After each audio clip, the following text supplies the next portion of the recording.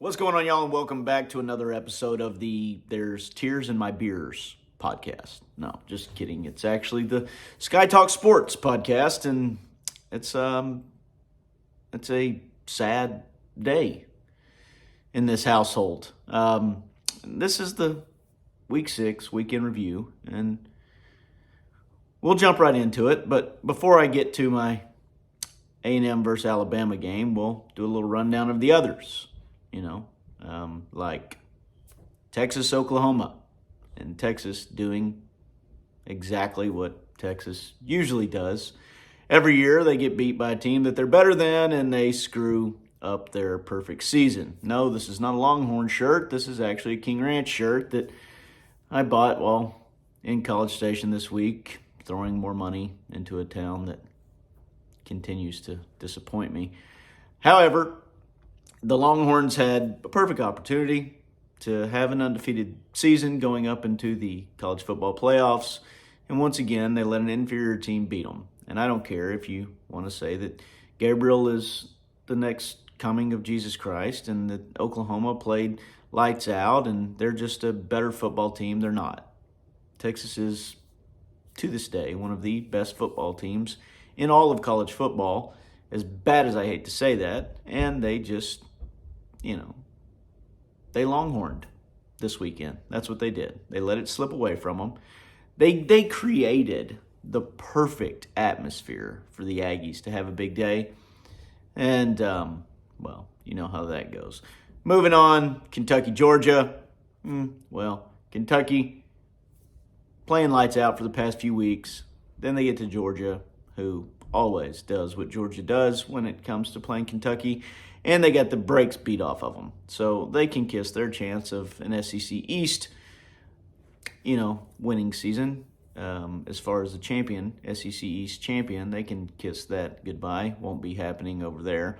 LSU was getting pounded by Missouri somehow. They were able to fight back in another we don't play defense on this side of the road battle. And LSU kind of pulled away there at the end. Michigan, once again, beat the hell out of a team that they ought to beat the hell out of, furthering their position in, hey, look, we're great, just so they can get into the playoffs later this year and get beat by somebody that they shouldn't even, be on the same field with. But that's how it goes over there in the Michigan, Ohio State, Penn State world. It's always watch the cream rise to the top until they have to actually play people. And then it gets bad for them in the playoffs. But they'll probably find their way into the playoffs. USC, back to Lincoln Riley and his just complete and total disdain for having defense. And somehow they inched away from Arizona there in whatever it was, triple overtime maybe, to get the 2-point conversion. And Caleb Williams still padding stats to be the return of the Heisman this year and go back-to-back. Last but not least, you have the wonderfully flashy Shedeur Sanders sticking the Rolex up to all the Arizona State fans that they narrowly slipped by right at the end of the game. I don't know. Is anybody even talking about Colorado anymore? You know what? Deion does say the right things. I don't have a problem with Deion. I have a problem with his son and the arrogance that he brings to football. Put your Rolex back in the box. Close your mouth. Play football. Just be a kid. You're having a good year. You personally, by yourself, you're having a good year, an exceptional year. You're right up there at the top. What's wrong with just being good and letting people see you're good? Why do you have to constantly shove your Rolex in people's faces? Nobody's doubting you as an individual. Everything people are saying about Colorado not being a great program, Colorado not having a chance to win a national championship, Colorado not going to win the Pac-12, Colorado being a 4-8, 5-7, 6-6 type football team. All that is true. Your dad's saying it. Your line's not good. Your dad's saying it. Your defense isn't good. Your dad's saying it. Your dad's also saying you're great. He praises you as much or more than anybody. Just take the compliments and go on, man. Just play ball with a smile on your face, knowing you're probably going to get a fat check for the NFL next year if daddy lets you go. If not, it'll be the year after that. Life's great. You don't have to continuously shove the Rolex in people's faces. It's just getting old. Now, for the one that makes me want to puke. By the way, today's Jimbo Fisher's birthday. Happy birthday. Hopefully you ought to easily be able to blow out the candles as well as you blow every lead that it seems that, the Aggies are able to get. The problem here is the same problem we've had in College Station for a while, but definitely for the past 6 years. You got to watch this weekend the exact difference between a Nick Saban ran program and a Jimbo Fisher ran program. One individual refuses to lose. Nick Saban hates losing more than he enjoys winning. And therefore, they refuse to lose. The refusal to lose is more important for the Crimson Tide than the attempt to win. And I know sometimes that doesn't make sense to people, but that's the truth. They are more dedicated to refusing to lose than they are trying to win. And therefore, more times than not, they win. And they might go 11-1 this year. You give them a chance to make it into the SEC championship against Georgia, and there's a good chance that they do the same thing there, and they find a way to win that. And lo and behold, all this talk, me included, about Saban's dynasty being over, and somehow he finds his way back into the playoffs. My fault for doubting the GOAT. I guess it's never over until he actually retires. However, on the flip side of that, you have the Jimbo style of coaching, which is recruit your butt off, get the best of the best, have five-star talent all across the board, and then play like we've never won a game in our life. Play like if we have a lead, we have to tiptoe around to try to run the clock out somehow or just waste enough time that somehow at the end of the game we're holding the ball and we have more points than them, and it's complete and utter bullcrap. It's disgusting to watch. Everybody's tired of watching it. It just sucks.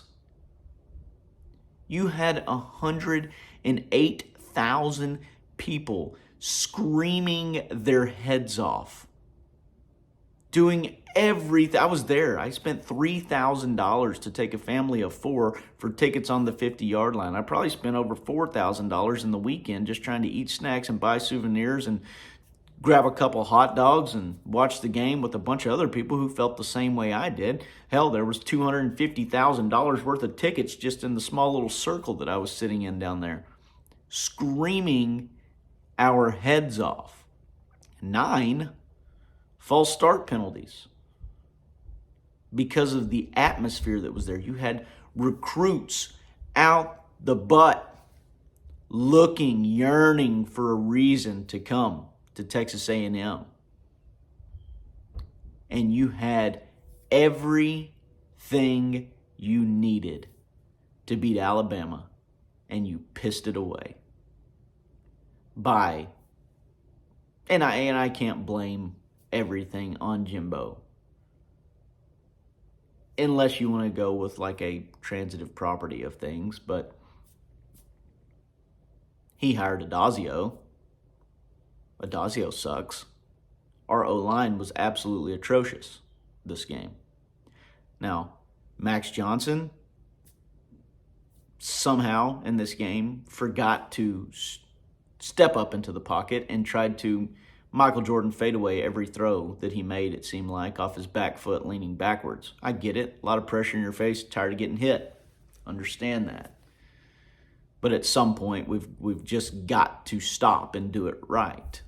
When it comes to secondary, I don't know if y'all know this or if you're even watching. I mean, there will be 13 or 14 of you that do watch, but our secondary coach currently makes $450,000 a year just to positionally coach our corners and safeties.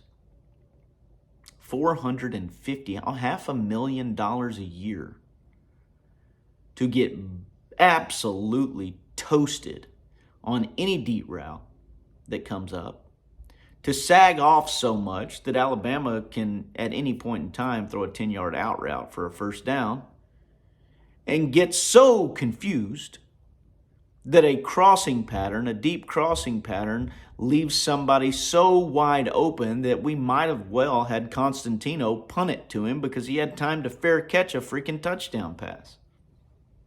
That is worth $500,000 a year.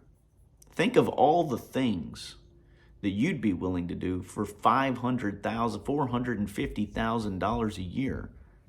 And tell me, how many people you know who, if you had one job and that was to teach somebody how to cover receiver and I gave you $500,000 to do it, tell me you couldn't possibly figure that out.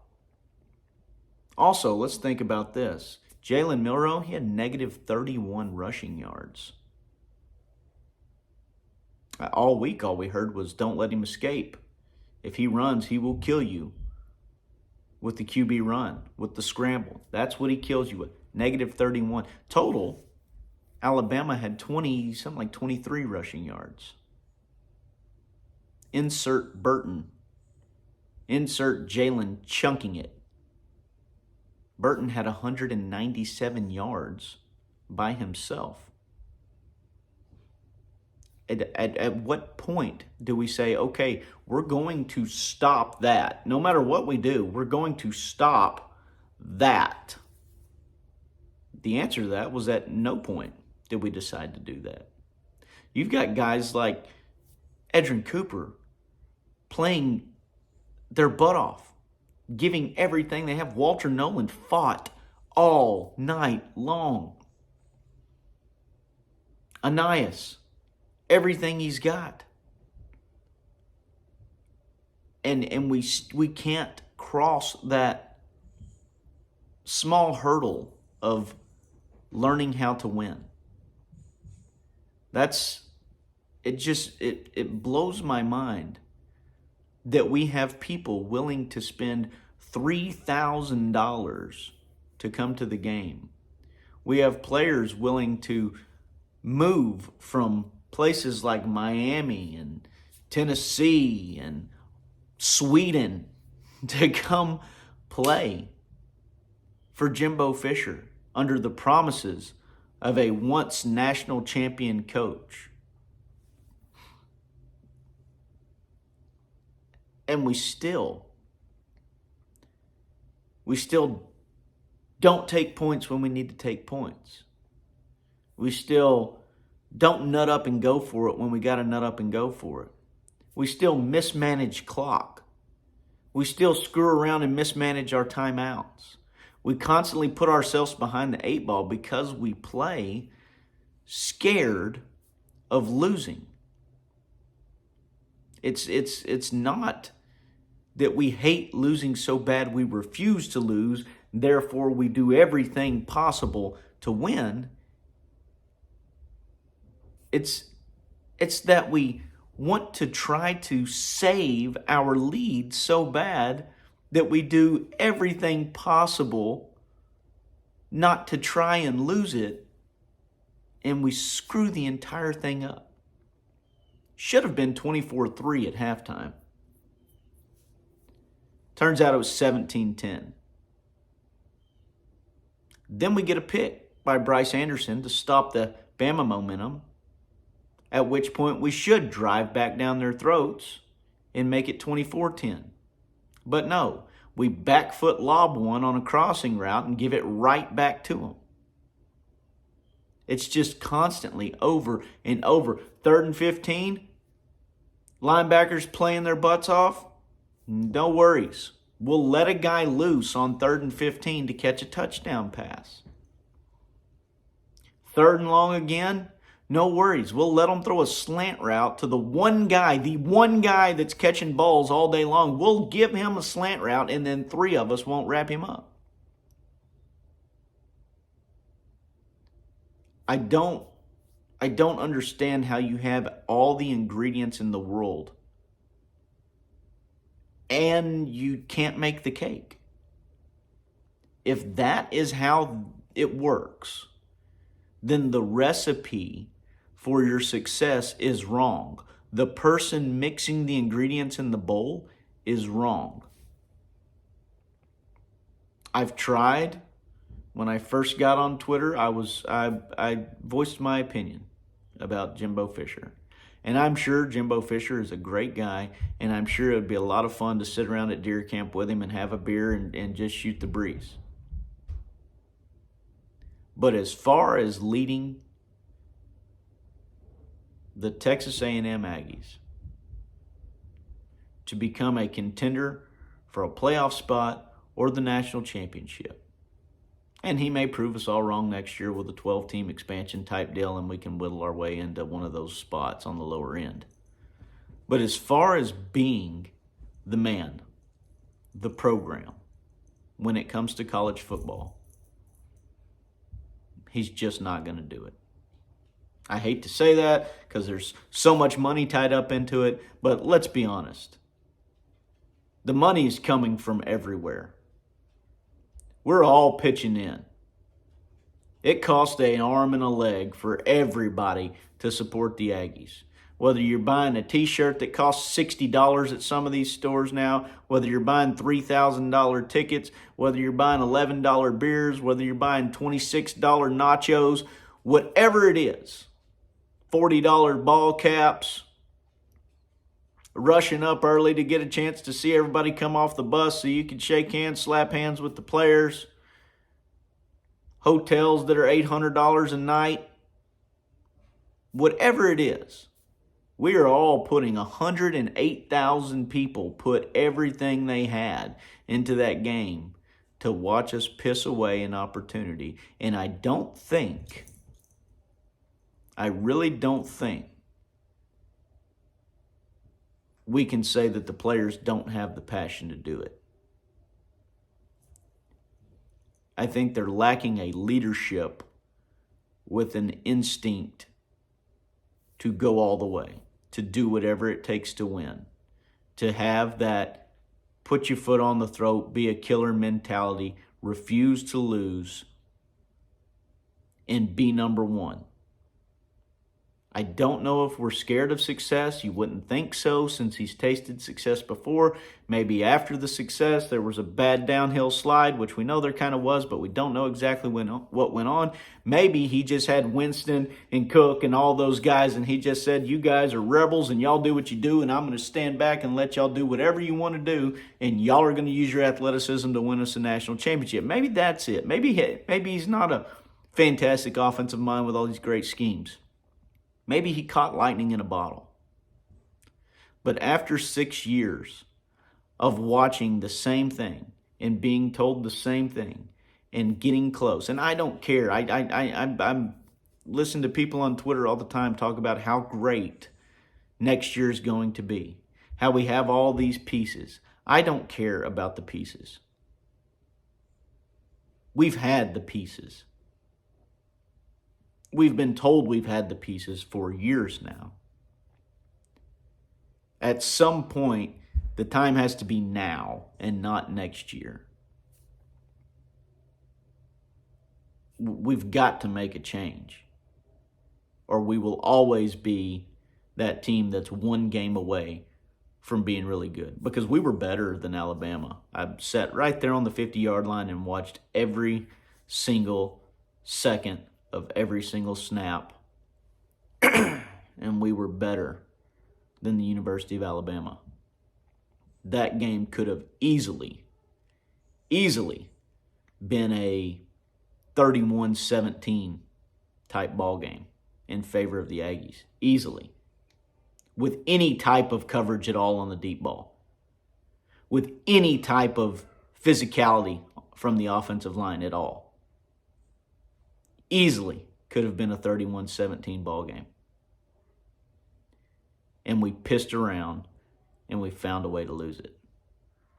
And it's embarrassing that we continue to have to go through this because our leadership does not force the thought process. We cannot mentally understand from the top down that refusing to lose is more important than trying to win. That's my weekend review, and I hope you enjoyed it. If you get a chance, click that subscribe button up top or down here, wherever the hell it's at. And follow me over on Twitter, at Skylar Sports. We'll be back within a couple days to throw some more picks at y'all. I didn't do any last week because I was out on the road, but I will be doing some picks this week. And hopefully, if all else fails, such as our winning abilities, at least we can put a little money in the pocket by winning some picks. Y'all have a good one. Peace.